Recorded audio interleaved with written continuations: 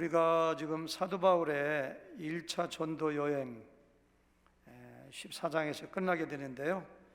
지도를 잠깐 좀 보실까요? 마이크 좀 하나 켜주시겠어요? 핸드 마이크.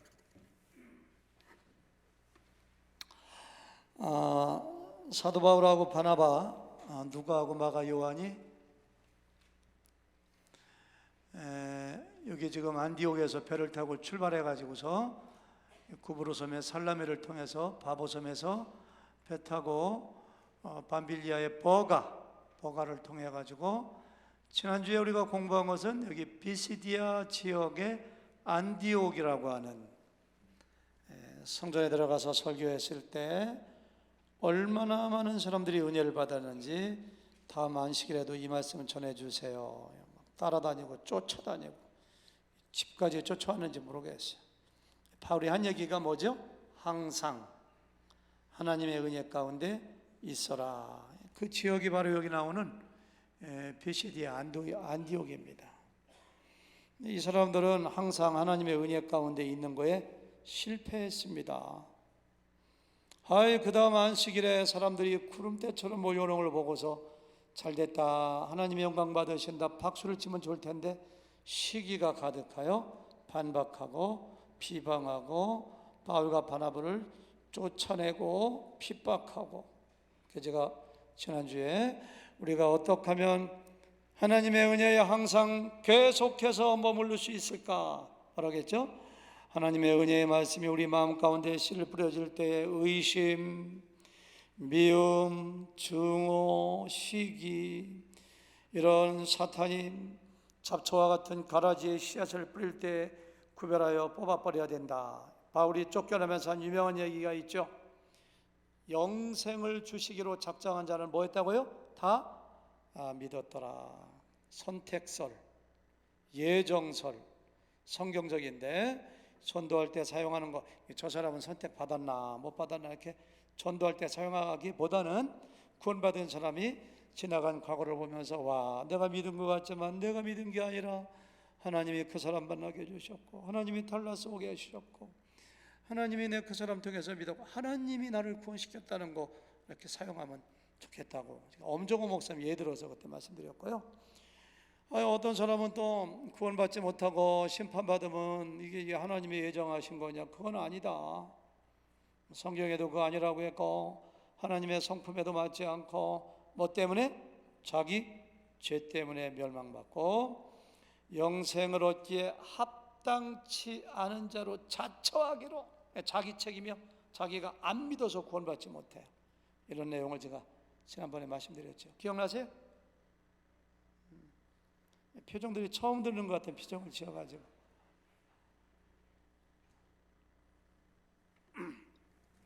그리고 나서 지도, 그리고 나서 여기서 쫓겨나가지고 거리가 상당히 멀죠. 여기요 100몇십 킬로미터인데 이고니온, 다 같이 이고니온. 오늘 1절부터 7절까지는 이고니온에 가서 복음 전하는 얘기가 나와요. 거기서도 쫓겨나니까 돌로 맞아 죽을 뻔했어요. 여기서 쫓겨나니까 조금 가서 루스드라, 더베. 제가 작년 5월 달에 이 지역을 갔는데요, 터키의 수도 이스탄불이 여기 있거든요. 여기 가서 비행기 타고서 제일 먼저 간 데가 이고니요. 대도시입니다. 대도시. 터키의 두 번째 큰 도시. 지금 이름이 바뀌었어요. 코냐라는 이름으로. 밤 12시에 도착해서 호텔에서 잔 다음에 그 이튿날 버스 타고 30분 가니까 루스드라. 작년에 사진 보여줬는데 루스드라 가니까 흔적도 없어요. 벌판이요, 벌판.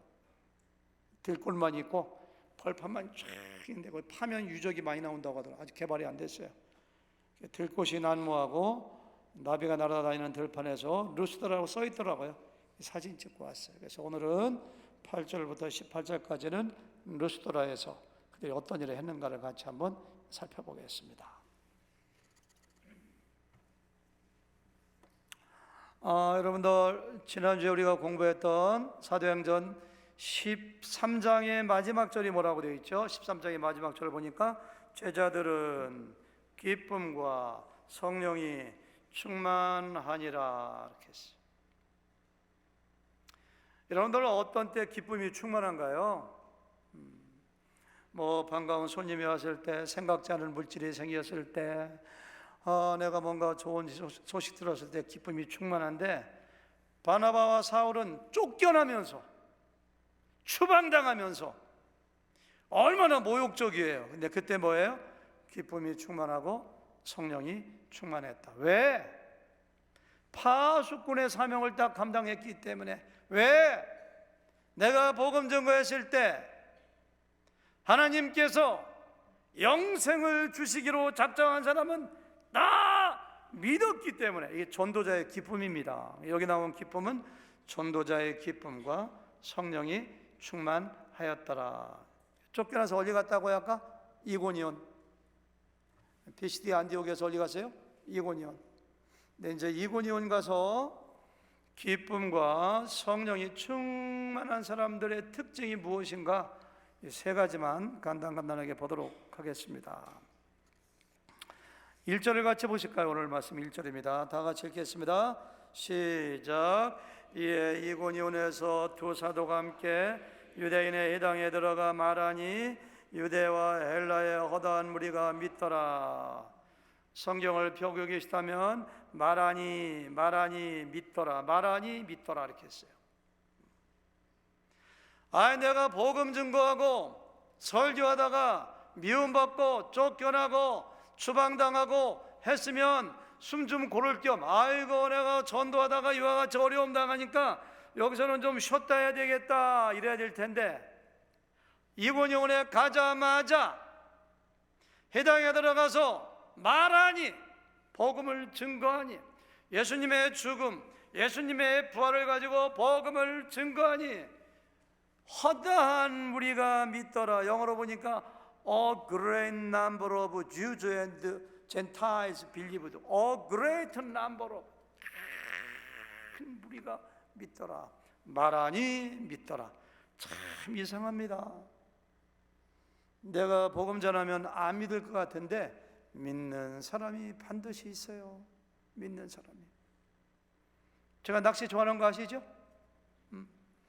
바다에 가서 그냥 낚싯대를 그냥 확 던졌는데 그냥 희망은 그냥 돔이 올라오면 또 올라오고 또 올라오고 안 던질 사람이 어디 있어요?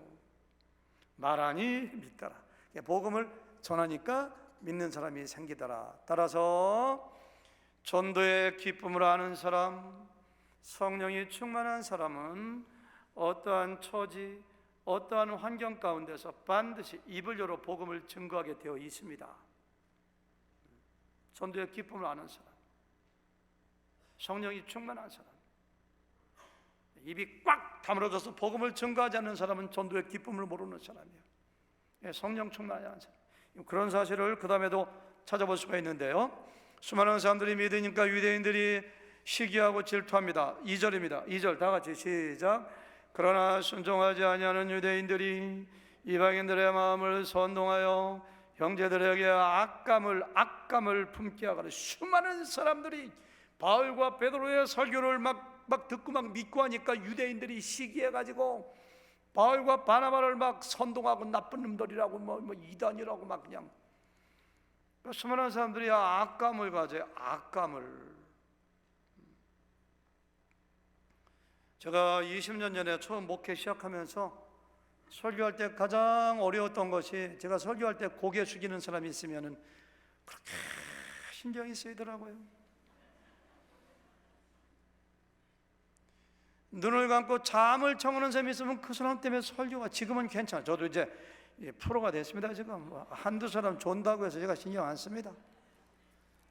저의 직업과 관련이 있어요. 제가 학원 강사하고 고등학교에서 아이들 가르칠 때는 조논회가 있고 가면 나오라고 해서 손바닥도 때리고 백목도 던지고 칠판 닦개도 던지고 일어날 말 있겠는데, 설교할 때 그럴 수가 없잖아요. 그러니까 만약에 여러분 중에 한 사람이라도 저를 미워하고 저에 대해서 악감을 가지는 사람이 눈빛으로 째려보고 그냥 저를 그냥 잡아먹을 듯이 쳐다보는 사람이 한 명이라도 이 가운데 있다면 저는 설교하기 힘들어요. 그런 분이 한 분도 없어요. 근데 여기 보세요. 유대인들이 막 선동해가지고 이방인들이 악감을 가져요. 양 바울을 양 잡아먹을 듯이 돌멩이로 때리지 말 쳐다봐요. 그런 데서 복음 전할 마음이 나요, 안 나요? 안 나죠?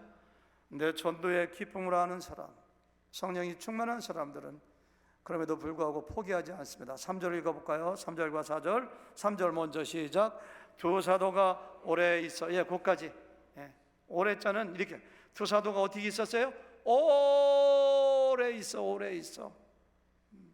나를 미워하고 나를 나쁘게 생각하고 나에게 악감정을 가지고 있는 사람들에게 설교하기가 뭐가 좋아? 복음 전하기가 뭐가 좋아? 그런데도 오래 있어. 왜? 복음 전하면 구원받는 사람은 생기 오래 있어. 그 다음 보세요. 시작. 주를 힘입어 담대히 말하니. 너무너무 중요하죠. 내 힘으로는 악감정을 가진 사람들 앞에서 복음을 전할 수가 없습니다. 주를 힘입어 성령 임하면 능력을 받고 권능을 받고. 성령의 능력, 전도는 여러분 성령의 능력 아니면 안 돼요. 그래서 주를 힘입어 담대히 말하는 거예요. 복음을 전할 환경이 안 돼. 분위기가 안 돼. 사람들 마음이 얼음장처럼 닫혀 있어. 그럼에도 불구하고 성령의 능력으로 담대히 말하니. 그 다음 주어가 주께서. 이 희한합니다. 말씀이. 천천히 시작. 주께서 그들의 손으로 표적과 기사를 행하게 하여 주사 자기 은혜의 말씀을 증언하시니. 이상하죠? 중간에 가로치고 보니까 주께서. 보세요. 주께서. 두 번째 줄 주께서 가로치고 자기 은혜의 말씀을 증언하시니. 하나님이 직접 증거했다는 얘기인가? 성령이 나타나서 복음 증거했다는 얘기인가? 아니에요. 바울과 바나바에게 기적과 표적을 일으키면서 바울과 바나바가 복음 증거한 것을 누가 했다고 보는 거예요? 주께서 증거했다. 여러분, 전도는 내 입으로 하지만 성령께서 하시는 거예요. 주께서 자기의 은혜의 말씀을 증거하시니.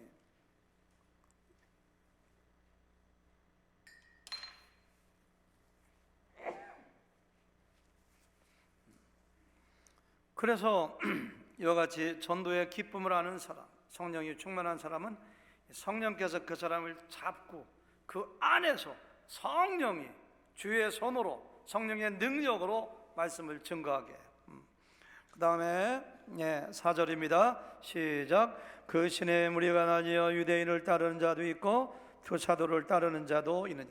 두 사도를 따르는 사람은 영생을 주기로 작정한 사람은 다 믿는 것이고, 유대인을 따르고 반대편에 서는 사람들은 영생을 얻기에 합당치 않은 자로 자기를 자처하는 사람들, 반드시 복음을 증거하면 믿는 사람이 있다고 얘기하는 거예요. 5절부터 7절까지 시작. 이방인과 유대인과 그 관리들이 두 사도를 모욕하며 돌로 치려고 달려드니 그들이 알고 도망하여 루가오냐의 두 성 루스드라와 더베와 그 근방으로 가서 거기서 복음을 전하니라. 이고니온에서도 돌로 때려 죽이려고 돌 가지고 쫓아와요. 생명을 너무 쉽게 버릴 필요 없어. 때려봐 죽으면 되지. 이렇게 하면 안 돼. 뭐 도망가니. 도망갔다고 해서 여러분 나쁘게 보지 마세요. 뭐하러 일부러 죽어? 응? 저도 이번에 동남아시아 가지만 누가 때리려고 하면 도망갈 생각입니다. 그렇죠? 도망 해가지고. 근데 거기서 뭐 했다고요? 어디로 갔어요? 루스드라로 가가지고 거기서도 복음을 증거하니라 이렇게 했어요. 이것이 이고니온에서 있었던 바울과 바나바의 행정입니다. 여러분, 전도의 기쁨을 아시나요? 성령이 임하시면 권능을 받는다고 했는데 여러분도 성령 충만하신가요? 그런 사람들은 핍박이 와도, 나에 대하여 마음이 다친 사람들이 있을지라도, 돌로 나를 때려 죽이려고 할지라도 거기서 복음을 증거하는 것이 그들의 특징이에요. 특징. 어떻게 이렇게 복음에 대한 열정을 가질 수가 있을까? 전도의 기쁨을 알기 때문에, 내 안에서 행하시는 분이 성령이시기 때문에, 내가 사명을 가지고 있기 때문에. 다 맞는 말입니다. 다 맞습니다. 또 한 가지가 있어요. 말하면 복음을 증거하면 반드시 믿는 사람이 생기기 때문에. 이상해요. 나는 말도 못하고 논리적으로 잘 전하지도 못하고 이렇게 전해서 믿을 것 같지가 않아. 그런데 이상해요. 입을 열어 복음을 증거하면 반드시 믿는 사람이 있기 때문에. 제가 어떤 날은 교회에서 설교가 너무너무 안 돼가지고 말도 더듬고 준비한 것도 잊어먹고 그냥 집에 가면 그런 날은 잠을 못 자가지고 이렇게 설교에 죽을 썼는가 이렇게. 그러면 제 아내가 꼭 하는 말이 있어요. 하나님 말씀을 전하면 실패한 설교는 없어요. 걱정하지 마셔. 잠이나 푹 주무셔. 근데 얼마 있다 보면은 정말 그렇게 나는 설교를 못한 것 같은데 하나님 말씀을 그대로 전하기만 하면은 꼭 은혜 받은 사람이 있다는 얘기를 들어요. 그 말씀이 이렇게 돼. 이상해요. 내가 전하는 게 아니에요. 말하니 믿더라. 복음을 전하니 구원받는 사람이 있더라. 이 맛을 알기 때문에 그 사람들은 바울과 바나바는 어디에 가든지 간에 꼭 복음을 전하는 거예요. 이 전염병이 무서워요. 중국을 완전히 뒤집어 놓고 한국을 뒤집어 놓고 WHO에서 비상사태를 선포했는데 단 이틀 만에 환자가 2배가 됐어요. 14,380명. 중국에만. 중국을 제외하고 전 세계 27개 나라에서 171명, 한국에도 15명. 중국에서 오는 비행기 다 차단해요. 지금 항공사들이 취향을 전부 다가 막 금지시키고, 그냥 중국 사람들이 그냥 육허가 뭔지 알죠. 중국 관광객들이 최고의 무기잖아요. 그거 가지고 지금은 완전히 애완덩어리가 되고 애물단지가 돼가지고 그냥 중국 사람들 오지 말라고 전 세계가 난립니다. 난리예요. 한국의 어느 교회는 환자가 다녀갔다고 해가지고 해서 그 많은 교회를 폐쇄해가지고 영상으로 예배드리는 교회도 있더라고 보니까요. 마스크 하루를 1,000만 개를 만드는데 그냥 그게 지금 부족하대요. 완전히 중국이 섬같이 돼가지고 뭐 몽골이라든가 북한이라든가 러시아라든가 중국을 둘러싸고 있는 모든 나라가 국경 다 폐쇄하고 비행기도 뜨죠. 완전히 섬처럼 되고 전염병 무서워요. 제가 이런 기사를 보면서 정말 전염병은 무서운데, 특별히 여러분들 중세시대 1300년대 전 유럽에 퍼져있던 흑사병에 대한 이야기 알잖아요. 쥐 같은 데 있는 벼룩이 옮기는 병인데 페스트균이 이렇게 들어오게 되면은 사람이 하루 만에 죽기도 하고 이틀 만에 죽기도 하고 죽으면 피부가 새카매져 가지고 흑사병 이렇게 됐는데, 이 기록에 보니까요, 유럽에서 1300년대에 1300 몇 년도에 4년 동안에 7,500만 명, 최하 많게는 2억 명이 죽었더라고요. 유럽의 인구의 3분의 1 아니면 2분의 1이 죽었어요. 그냥 초상집에 가서 장례식 가서 장례 치료하는데 6시간 만에 죽기도 하고 그 이튿날 막 펑펑 쏟아. 이게 어떻게 전염되는지 모르니까 이 사람들이. 제가 이런 기사를 보면서 곰곰이 생각하니까 사람들이 우한에서 나온 코로나 바이러스는 무서워하고 균은 무서워하지만은 죄는 무서워하지 않는구나, 이런 생각이 들었어요. 사실 코로나 바이러스보다 패스트보다 더 치명적이고 무서운 것은 죄예요. 죄. 제가 신문 자세히 읽어보니까 이 코로나 바이러스 우한에서 나온 폐렴균도 어느 한 사람 때문에 나왔더라고. 중국 사람들이 박쥐를 잡아먹으면 재수가 좋다고 해가지고 이 정부 당국에서 막음에도 불구하고 밀거라 해가지고 이 박쥐를 잡아먹은 사람들이 거기서 이 바이러스가 사람 몸에 들어오면서 이렇게 변형을 일으킨대요. 변형을. 그게 코로나 바이러스가 된 거예요. 한 사람으로 인하여 코로나 바이러스균이 퍼져나가가지고 가족에게 옮아가고 그냥 지금 중국에 지금 14,380명이 하루에 막 2,000 몇백 명씩 막 불어나요. 그냥 어마어마합니다. 전파력이.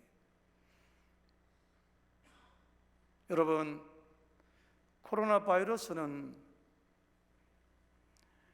우리 육체의 생명만 뺏어가지만 죄는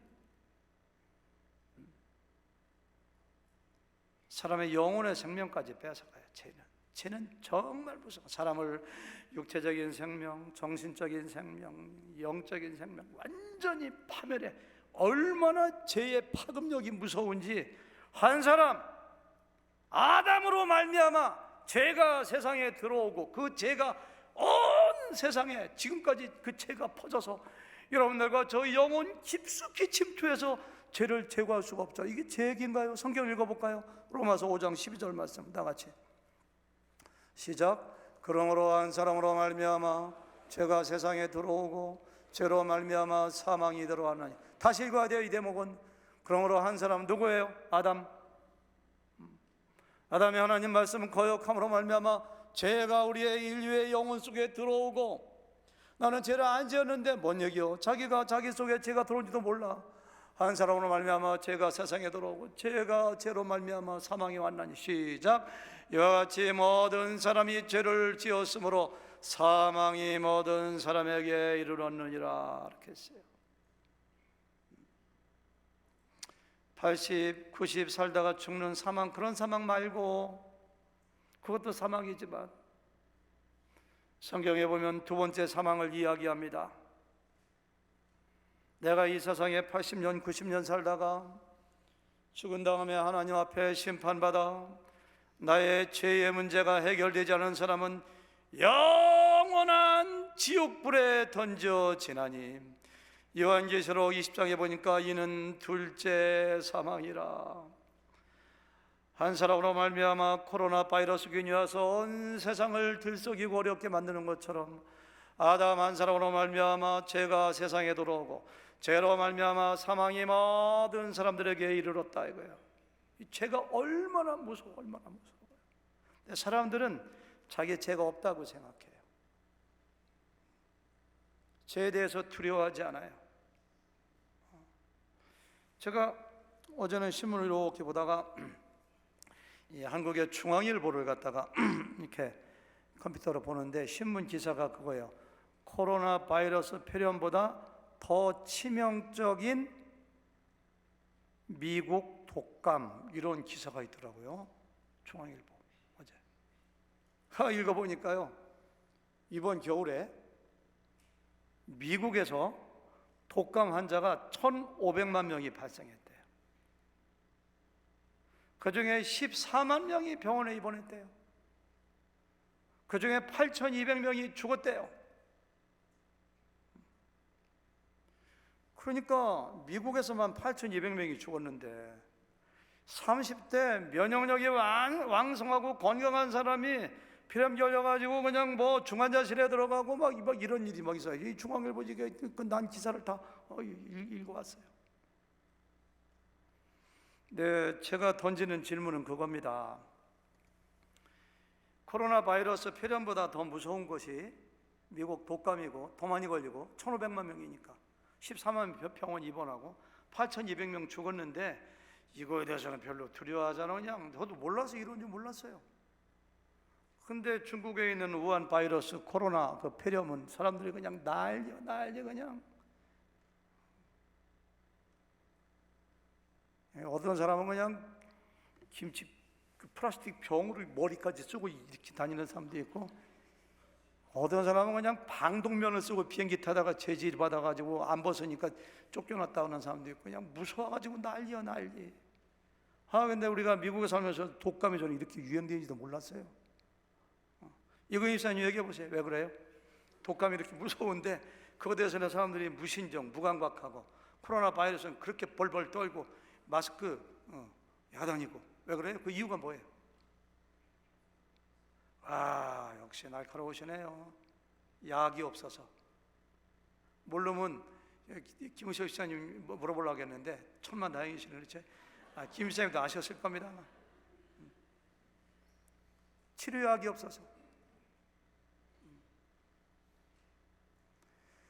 미국 독감에 타미플루라고 하는 약이 있는데 그 약을 딱 먹으면은 침투하는 바이러스가 이렇게 소멸된대요. 또 한 가지 이유, 예방 백신이 없어서. 백신이. 우한 폐렴은 약이 없는데 약을 만들어 가지고 앞으로 임상 실험을 거쳐 가지고 실제로 사용하려면 4년 내지 5년이 걸리는데, 근데 이집트 어떤 학자가 연구해가지고 C형 간염도 바이러스 때문에 생기잖아요.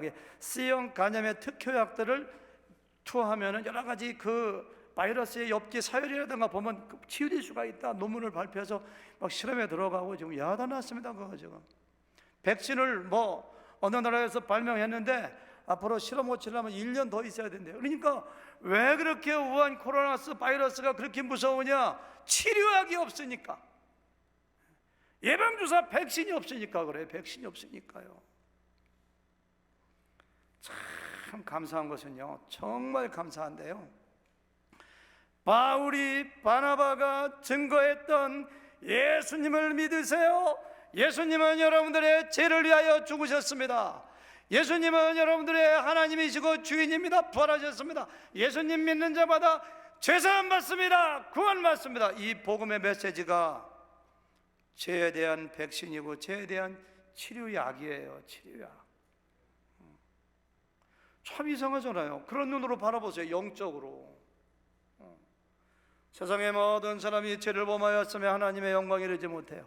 죄의 삭은 사망입니다. 모든 사람이 죄를 범하였으므로 사망이 모든 사람에 이루고 있어요. 모든 사람들은 마치 우한 바이러스 걸린 것처럼 영적으로 죽어 있어요. 죽어가고 있어요. 둘째 사망이 다가와요. 이 사람들을 어떻게 고치겠습니까? 죄의 문제를 어떻게 해결하겠습니까? 약이 있어야지. 약이. 내 하나님께서는 독생자들 예수님을 세상에 보내시고 십자가에 위에 우리의 죄를 대신해서 죽게 하시고 부활케 하심으로 말미암아 누구든지 저를 믿는 자마다 멸망치 않고 영생을 얻게 하려 하심이라. 그러니까 가서 말하니 믿더라. 복음을 전하니 구원받더라. 영생을 주시기로 한 자 다 믿더라. 바울과 바나바는 그걸 알았어요.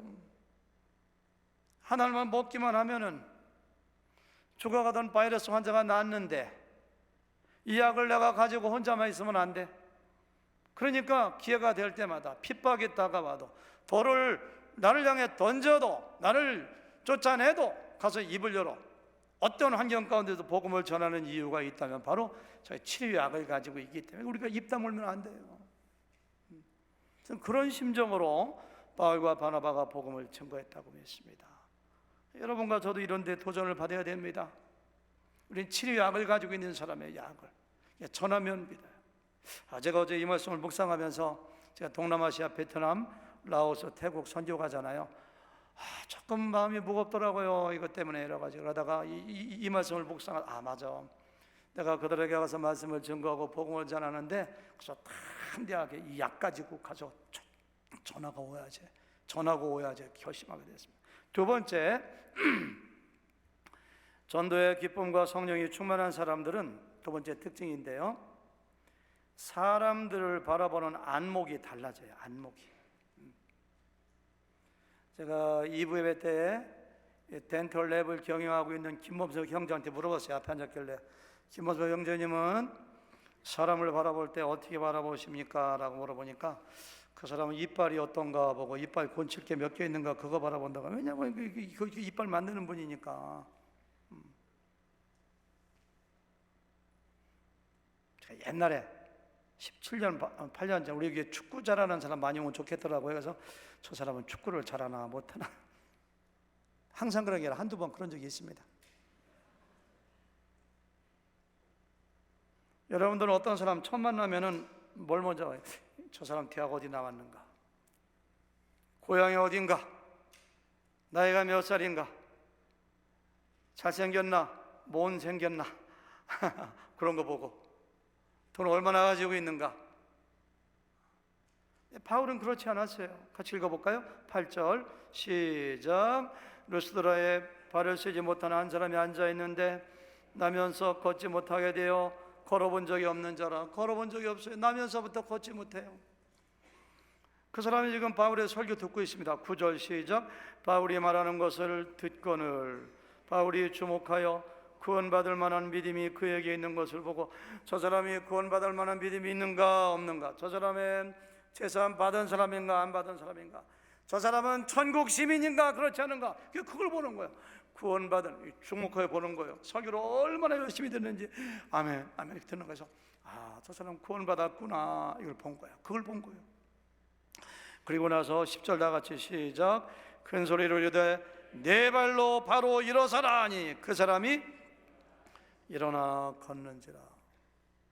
네 발로 바로 일어서라 하니까 한 번도 걷지 못한 사람이 막 일어나서 막 걷는 거예요.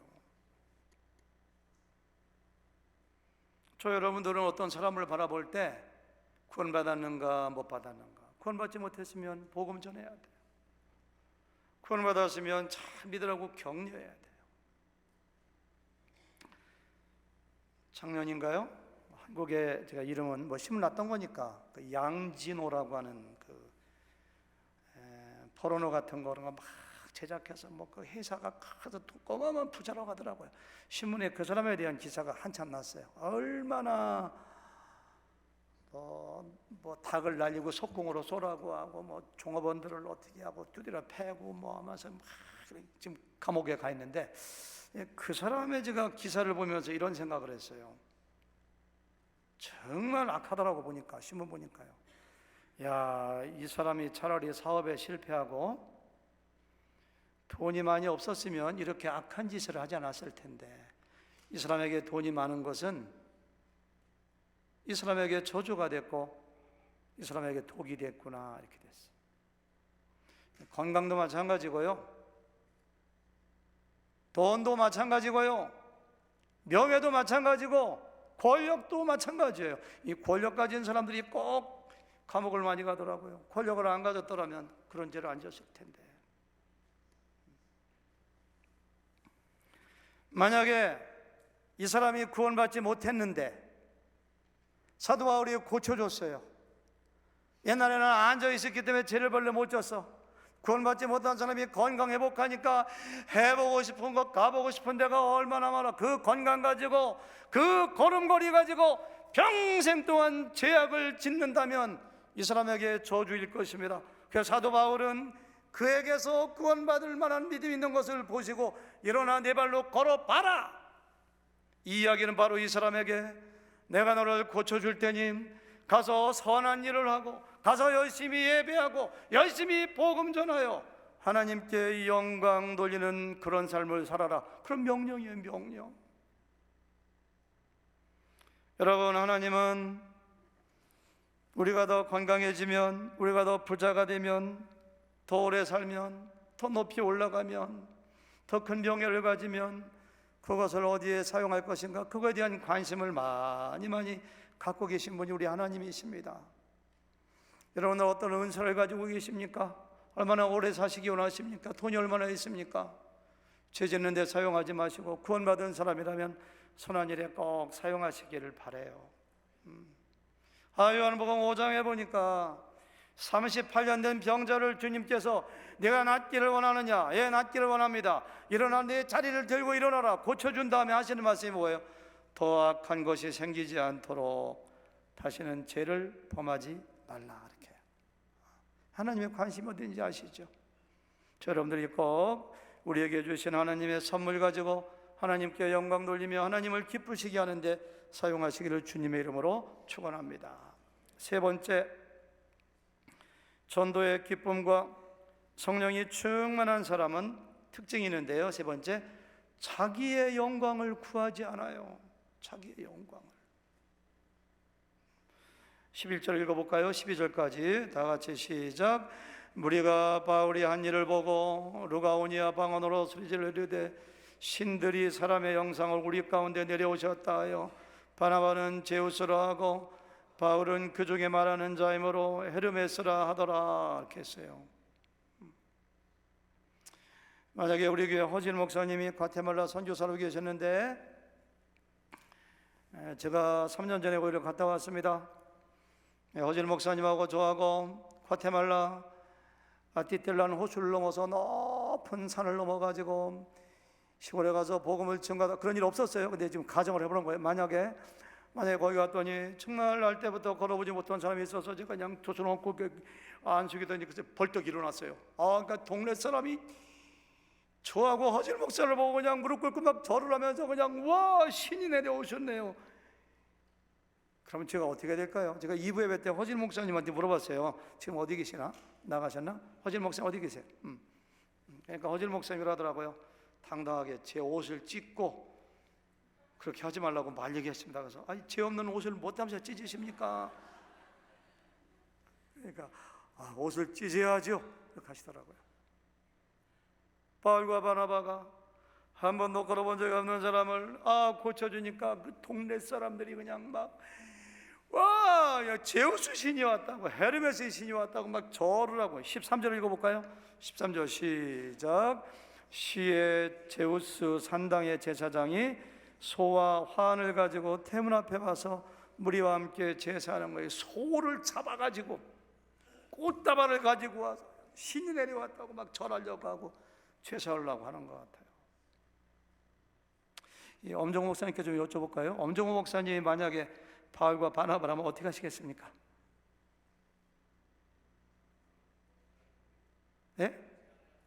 예, 그러면 우리 원금진 사모님 어떻게 하시겠어요? 우리 난민 선교에 너무너무 열심히 내셔서 정말 너무너무 귀한 사모님이신데 일어나서 한번 얘기해 보세요. 어떻게 하시겠어요? 막 절까지 하려고 하고 소를 잡아오고 막 신으로. 저 같으면 이런 생각을 한 번쯤 해볼 것 같아요. 그래, 내가 이 나이 때까지 선교여행 나와가지고 맨날 린치당하고 맨날 돌 맞아 죽을 뻔하고 쫓겨나고 반박당하고 비박당하고 복음 전하기 힘들었는데, 맞아, 드디어 나에게 권위를 인정하는구나, 나를 신으로 생각하니 이 권위를 그대로 받아들인 다음에 그때 예수님의 복음을 증거하고 해야 되겠다. 이 전략적으로 이렇게 판단할 가능성이 있거든요. 그렇죠? 그래요, 안 그래요? 나 같으면 그럴 것 같아요. 제가 머리가 좋은 사람이잖아요. 그렇죠? 예, 그럴 것 같아. 근데 바울과 바나바는 그렇게 하지 않았어요. 다시 읽어볼까요? 14절 다 같이 시작. 두 사도 바나바와 바울이 듣고 옷을 찢고 무리 가운데 뛰어들어가서 옷을 찢어. 그 당시에 옷값이 얼마나 비싼데 못 담으셔 죄가 없는 옷을 찢나. 마음이 기가 막힐 때, 분하고 억울할 때 옷을 찢으면서 앞에 나와 있는데 무리 속으로 양손자같이 뛰어들어가 절하지 마세요, 나는 신이 아닙니다. 그다음 마지막 15절 시작. 이르되 여러분이 어찌하여 이런 일을 하느냐. 우리가 여러분과 같은 성정을 가진 사람이라. 여러분에게 복음을 전하는 것은 이런 헛된 일을 버리고 천지와 바다와 그 가운데 만물을 지으시고 살아계신 하나님께 돌아오게라. 내가 여러분들에게 복음을 전하서 이렇게 헛된 우상을 섬기지 말고, 물질이 하나님이 아니야, 우상이 하나님이 아니야, 다른 신이 하나님이 아니야, 천지를 지으시고 만물 가운데 계신 눈에 보이지 않는 그 하나님만 경배하라고 내가 여기 가서 복음을 증거하는데 우리한테 절하는 게 말이 이런 짓 하지 말라고 온 겁니다. 마지막 18절 오늘 마지막 절 시작. 이렇게 말하여 겨우 무리를 말려 자기들에게 제사를 못하게 하니라. 우리 김시수 형제님 앞에 앉으셨는데요, 이걸 보면서 느끼는 점 하나 얘기해 주세요. 느끼는 점. 네? 큰 소리로. 사람들은 보이는 것을 숭배하는구나 이렇게 생각하시는구나. 그것도 느낌이니까. 이경준 집사님 느끼는 점.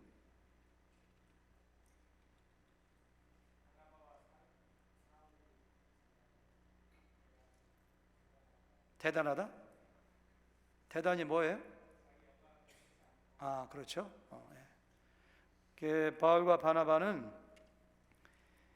결벽증이 있을 정도로 하나님의 영광을 자기가 취하려고 하지 않을까. 쉽게 말해서 결벽증이 있을 정도로 사람들의 칭찬, 사람들의 박수갈채, 사람들의 영광을 회피하고 그런 사람이 저는 바울과 바나바라고 생각해요. 결벽증이지 막 옷을 못 담서 찢고요. 이들이 왜 이렇게 할 수 있었는가? 하나님이 어떠한 분인 줄 안 거예요.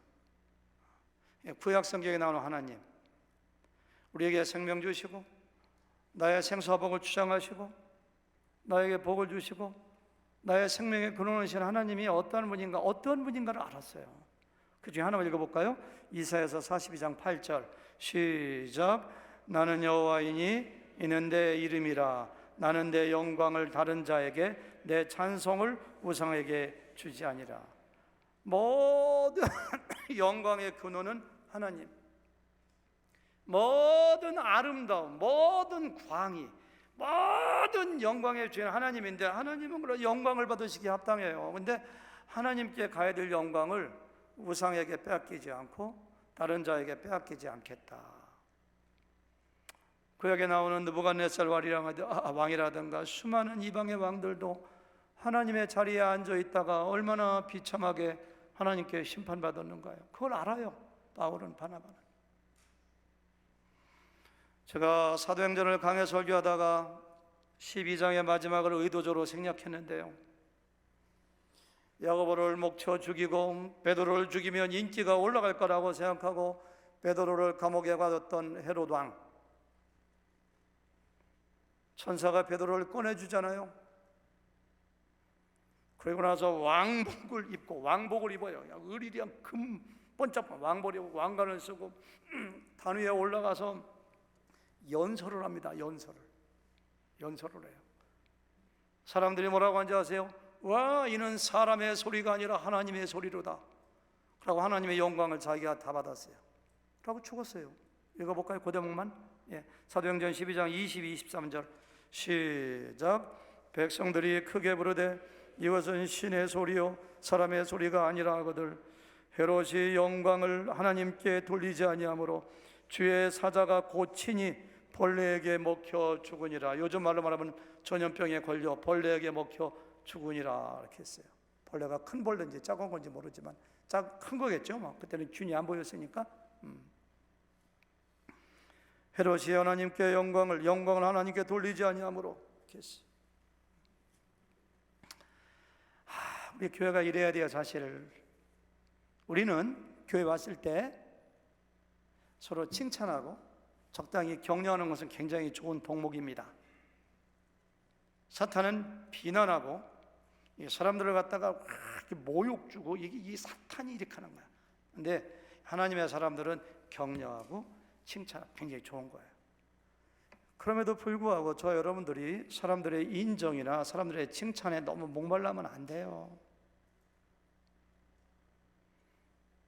내가 사람들의 박수갈채를 받고 사람들의 칭찬을 받을 때가 가장 큰 위기예요. 위기. 나에게 돌아오는 박수갈채, 나에게 오는 영광을 누가 받으셔야 돼요? 하나님께 돌려드려야 돼요. 사람이 받으면 안 돼요. 사람이. 예수님은 왜 예루살렘에 들어올 때 사자나 큰 집채 많은 코끼리나 호랑이나 백마, 김정은처럼 백마를 타고 들어오면 얼마 좋아. 근데 어린 나귀 새끼를 타고 오셨어요. 겸손의 왕이시기 때문에. 또 한 가지 의미가 있다. 만약에 김정은 백두산 가서 백마를 멋있게 타던데 우리 예수님이 백마를 타고 들어오시면 사람들이 백마만 쳐다보지 예수님 안 쳐다보지. 만약에 나귀 새끼가 수많은 사람들이 호산나 호산나 막 옷을 벗어 깔고 막 예수님을 찬양할 때 나귀 새끼가 저한테 그러는 줄 알고 나귀가 우쭐해가지고 펄떡펄떡 뛰면은 그 나귀가 그러면 안 되잖아요. 그렇죠? 나귀한테 찬송하는 게 아니에요. 예수님을 찬양하는 거예요. 저 여러분들은 나귀 새끼예요. 나귀 새끼. 나귀를 보고 찬양해 주는 거 아닙니다.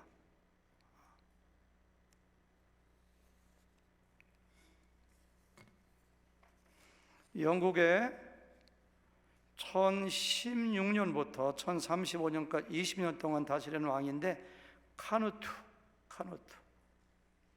대왕입니다. 대왕. 본래는 덴마크 사람이에요. 자기 아버지가 스웨인 1세인데 자기 아버지하고 영국을 점령하러 갑니다. 20살 때 영국을 점령하는데 큰 공을 세워요. 아버지가 이 나라 내가 다스려라. 21살 때 영국의 왕이 돼요. 덴마크 사람이. 자기 아버지의 왕위를 이어받은 형이 죽어요. 덴마크까지 겸해서 통치해요. 노르웨이를 정복해요. 세 나라를 정복한 위대한 왕이 됐어요. 그러니까 그냥 신하들이 그냥 대왕이시여 왕이시여 왕이 명령하시면 무엇이든지 가능합니다. 막 완전히 신의 취급을 하는 거예요. 신처럼. 하루는 오전 회의를 바닷가에서 하겠다. 다 옮겨라. 그래서 그 왕의 보좌라든가 다 옮겨서 바닷가에서 회의를 합니다. 밀물때가 돼가지고 그냥 물이 막 들어가지 막 의자에 막 젖기 시작해요. 신하들이 어쩔 줄을 몰라요. 그러니까 카누트 대왕이 소리를 칩니다. 파도야, 물러거라 이렇게. 거기 정지해라 이렇게. 정지했을까요? 안 했을까요? 계속 불이 밀려오니까 봐라, 내가 아무리 명령해도 파도는 듣지 않는다. 저 파도를 정지시킬 수 있는 분은 천지를 창조하신 하나님밖에 안 계시다. 하나님은 폭풍을 잔잔케 하시고 무리를 예수님은 걸으셨다. 따라서 나를 신처럼 취급하지 말아라. 그래서 왕관을 벗어서 버렸대요. 그래서 왕관을 쓰지 않았어요. 사진 나올 거야 아마. 카누트 대왕의 동상에 보면은 왕관을 안 쓰고 빨간 투건을 쓰고 있다고요.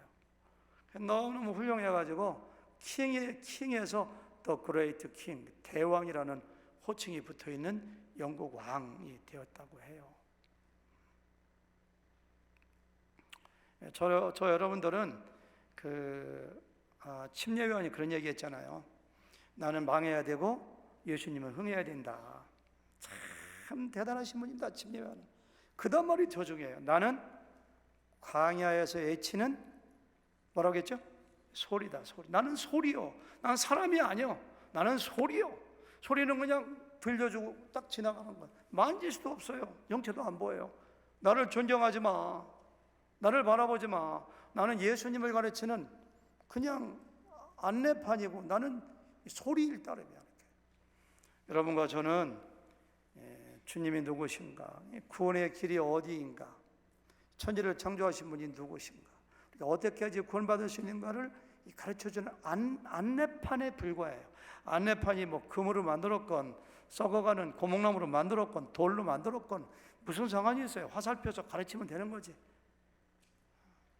한국교회의 어려움이 무엇인가요? 옛날에는 정말 예수님만 가르치는 좋은 안내판들이 많았어요. 나귀 새끼들이 훌륭했어요. 100년 전에 50년 전에.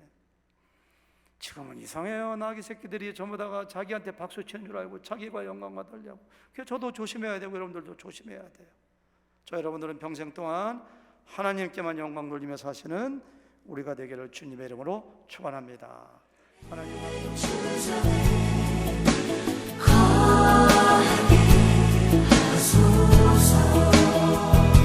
주의